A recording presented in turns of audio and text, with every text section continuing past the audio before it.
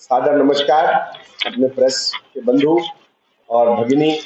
यहाँ पर जो एक थोड़ी सी सूचना के बाद हमारे लिए यहाँ उपस्थित हुए हैं और मेरे साथ आज ये हमारी महिला मोर्चा के कार्यक्रमों की संयोजक हैं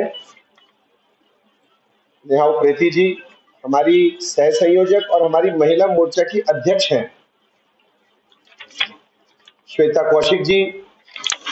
हमारे साथ मनी बंसल जी हैं जो हमारी प्रदेश में महिला मोर्चा की कार्यकर्ता है, कार्यालय मंत्री है। हमारे दीपक चौहान जी हैं, हमारे सामने आपसे रोज रूबरू होते हैं। उनसे महत्वपूर्ण हमारे साथ जो हमारे पूर्व जिला अध्यक्ष आदरणीय मोहन गोयल भाई साहब, हमारी बहन डॉक्टर दीपमाला और बहन ममता सूर्यवंशी। तो हम आज इसलिए आपके सामने उपस्थित हुए हैं कि आजकल जो बहुत चर्चा में है और कल परसों 16 तारीख को जो कि एक विधेयक वापस लेके आना है पार्लियामेंट में। पहले भी कई बार प्रयास हुए हैं जिसके लिए हमारी महिलाओं को 33% आरक्षण लोकसभा में और विधानसभा में देना। ऐसा प्रयास ऐसा नहीं कि ये पहली बार हो रहा है, हमारी सरकार ने कई बार प्रयास किए। अजय योगेंद्र जी, हमारी सरकार ने विभिन्न प्रकार के प्रयास किए हैं। जैसा कि आपको मालूम ही होगा, वर्ष 1996 में पहली बार जो है वो महिला आरक्षण विधेयक संसद में पेश किया गया। 1998 से 2003 में एनडीए सरकार के 4 मौकों पर विधेयक पेश किया लेकिन असफल रहा। 2009 में यूपीए सरकार ने विरोध के बीच विधेयक पेश किया। 2010 में केंद्रीय मंत्रिमंडल ने विधेयक पारित किया और राज्यसभा ने इसे पारित किया। 2014 विधेयक को लोकसभा में पेश किए जाने की उम्मीद थी। कुल मिलाकर उनके प्रयास अधूरे रहे, जो कि विफल रहे। लेकिन जो हमारी पार्टी का या भारतीय जनता पार्टी की सरकार है माननीय नरेंद्र मोदी जी के नेतृत्व में, उसका प्रयास जो है वो यही नहीं कि महिलाओं के लिए पहली बार ये आरक्षण की बात की गई है, अपितु हर क्षेत्र में महिलाओं को प्राथमिकता दी गई है। आपको पता ही है जैसे कि काउंसलर्स 50% हमारी ऑलरेडी महिलाएं बहनें होती हैं पार्षद, उनके लिए आरक्षण भी है। समय समय पर वो मेयर भी बनती है, जोन चेयरमैन भी बनती है, उनके लिए हमारा स्थान बार बार दिया गया है। लेकिन हम चाहते हैं कि महिलाओं का प्रतिनिधित्व हमारी विधानसभाओं में और लोकसभा में जो बढ़े। उसका कारण ये है कि हम 2047 तक विकसित भारत बनाना चाहते हैं और 2047 तक विकसित भारत बनाना है तो वो विकसित भारत की कल्पना मात्र 50% की जनसंख्या पुरुषों की जो है उससे नहीं हो सकता। कोई भी विकसित आप देश देख लीजिए जिसमें 80%, 90%, 95% महिलाएं, कहीं कहीं तो 100% महिलाएं कोई ना कोई कार्य करती है और मुख्य धारा में शामिल है।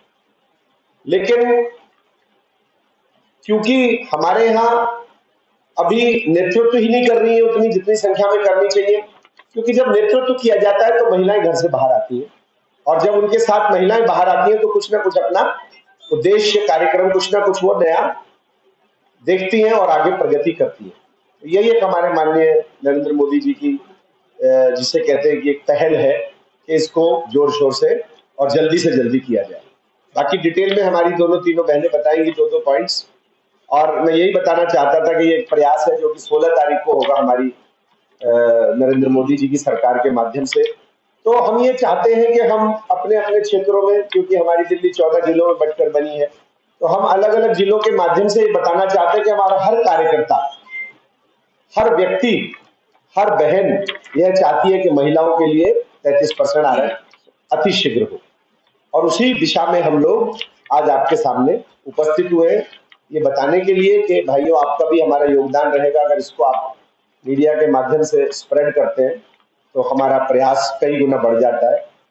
मैं इस प्रयास के लिए, आपके प्रयास के लिए धन्यवाद करता हूं और अपनी नेहा उप्रेती बहन से प्रार्थना करता हूं कि वो 2 शब्द बताएं अपने इस बारे में।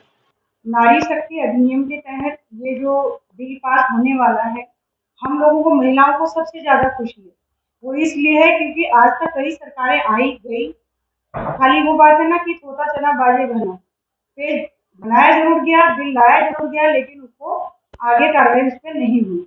एक हमारी सरकार ऐसी सरकार है, हमारी केंद्र सरकार ऐसी सरकार है, माननीय मोदी जी का दिल की गहराइयों से आभार व्यक्त करती हूँ कि मोदी जी ने देश की हर एक महिला के बारे में सोचा, नारी को एकदम चूल्हा चौकी पे सीमित नहीं किया, उससे बाहर लेकर आए।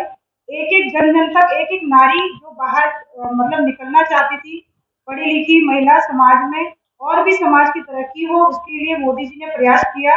हम सभी बहनें उनके लिए धन्यवाद करते हैं मोदी जी का कि हमें ऐसा मौका दे रहे हैं। और विधानसभा में पहले से ही, क्योंकि सीटें पहले से 50% तो थी हमारे पास निगम में, अब बहुत खुशी है कि हमें निगम से के अलावा विधानसभा और लोकसभा में भी मौका दिया जाएगा।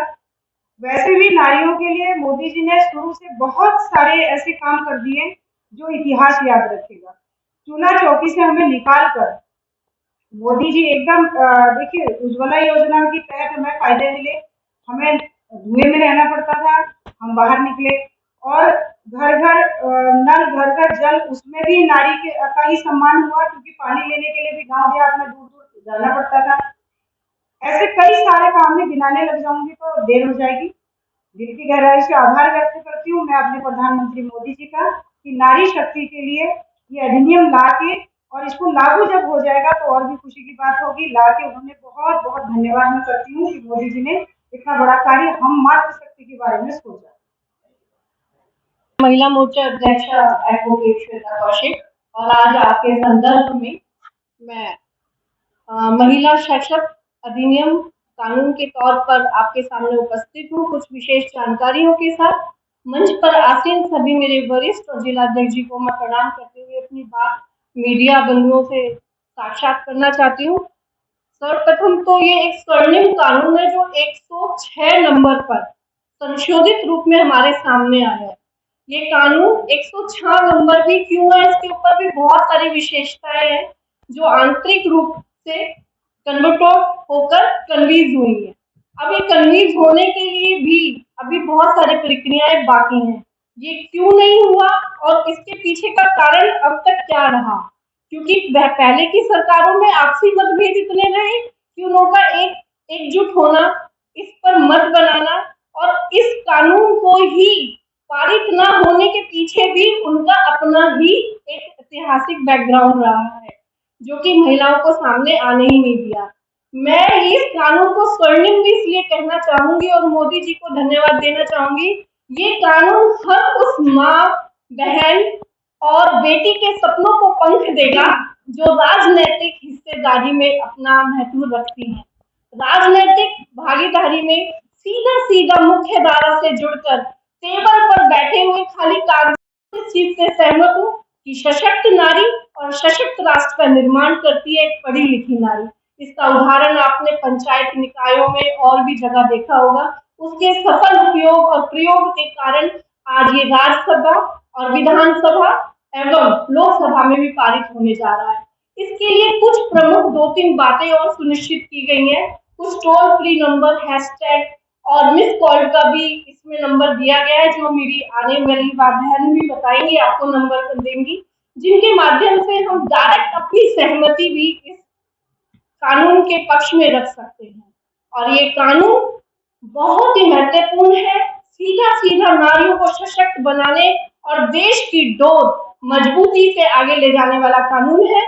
साथ ही साथ मैं इस चीज आरक्षण पे राज्यसभा और राज्य विधान परिषदों की भी बात करूंगी, क्योंकि ये परिषदों पर लागू नहीं होगा। इसके कुछ कन्विक्स जो मैंने बताए हैं वो आपको डिटेल में कानून की लिबर्टीज में मिल जाएंगे। और वर्तमान में विधेयक वर्ष 2010 में तैयार किए जाने वाले महिला आरक्षण विधेयक के रूप में आपके सामने आने वाला है। धन्यवाद। मंच को अभिनंदन। जैसा कि चर्चा का विषय है नारी शक्ति बंधन अधिनियम, 2014 में जब मोदी जी ने शपथ ली थी तभी उन्होंने एक स्पष्ट संदेश दिया था, सबका साथ सबका विकास। जैसा कि हमारी शास्त्रों में निहित है, जहाँ पर नारी होती है वहाँ पे विकास होता है। अभी हमारी पूर्व एडवोकेट श्वेता जी ने भी बताया कि सशक्त राष्ट्र तभी होता है सशक्त नारी होती। ये बिल बहुत सालों में कई बार संसद में पेश किया गया, लेकिन कभी भी बिल का रूप नहीं ले पाया।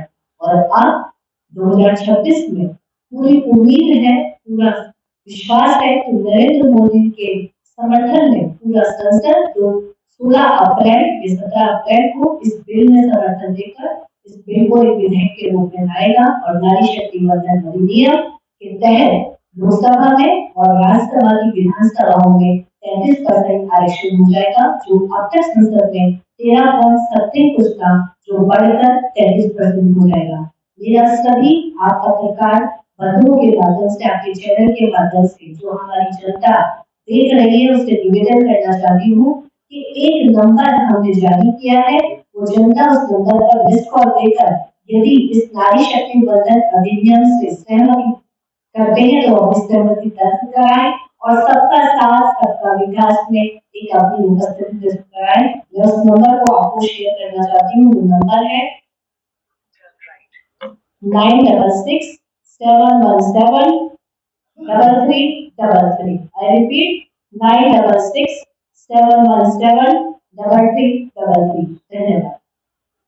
तो जो नारी वंदन सशक्तिकरण कार्यक्रम है, तो मोदी जी की मनोइच्छा है। वो शुरू से चाहते थे महिलाओं को बराबर का अधिकार मिले, लेकिन हिंदुस्तान में जैसा मैं वैसे कह रहा हूँ, क्योंकि पुरुष उसमें बाधा बनते थे। ध्यान में जब पहले भी लोकसभा में पास हो रहा था तो आरजेडी की राजनीतिक प्रसाद जी ने उसको फाड़ दिया और वो कटाई में पड़ गया 10 साल के लिए। फिर मोदी जी आए, दोबारा से पास किया। इसलिए मोदी जी ने प्रयास किया है कि पुरुषों के अधिकार को छीने बिना इस तरह से महिलाओं को भी आरक्षण मिल जाए। और जैसे दिल्ली में 70 सीटें हैं, मोदी जी की जो प्रस्तावना है उसमें दिल्ली में 105 सीटें हो जाएंगी उसमें। तो पुरुष 70, अभी तो पुरुष 60 है, 10-11 महिला, लेकिन फिर 70 के 70 पुरुष रहेंगे और 35 ऐसे लोकसभा में भी 543 सीटें हैं, 543 पुरुष जाएंगे और 271 महिलाएं जाएंगी। यानी शादी बढ़ जाएगा, लाठी नहीं टूटेगी, महिलाओं को भी अधिकार मिल जाएंगे और पुरुषों का विरोध भी नहीं होगा। इसलिए मोदी जी ने, मैंने कहा ना, जब इच्छा हो, मनोइच्छा जब भी पूरी होगी तो उसके लिए प्रयास करेंगे। तो मोदी जी ने प्रयास किया है कि अगली परिसीमन होगा उसमें 7-7 सीटें भी बढ़ जाएंगी, तो 2/3 पुरुषों के लिए, 1/3 महिलाओं के लिए। महिलाओं को महिलाओं का अधिकार मिलेगा, पुरुषों को पुरुषों का जो अधिकार था वो और बढ़ेगा। इसलिए सामंजस्य भी अच्छा रहेगा महिला पुरुषों में। ये सोच है हमारे उस सुपर प्रधानमंत्री की, जो कहता है वो करके दिखाते हैं। मोदी जी ने साबित कर दिया 16-17 2 दिन में। मुझे विश्वास है मोदी जी ने जो कदम उठाए, कोई भी अपोजिशन पार्टी इक्का दुक्का में किसी को नहीं कह सकता उसका विरोध नहीं करेगी, क्योंकि महिला इतनी बड़ी शक्ति है हिंदुस्तान में। कोई भी राजनीतिक दल महिला को नाराज करना नहीं चाहेगा। इसलिए मुझे पूर्ण विश्वास है मोदी जी ने जो सपना देखा है वो सपना आने वाले 2-3 दिन में पूर्ण हो जाएगा।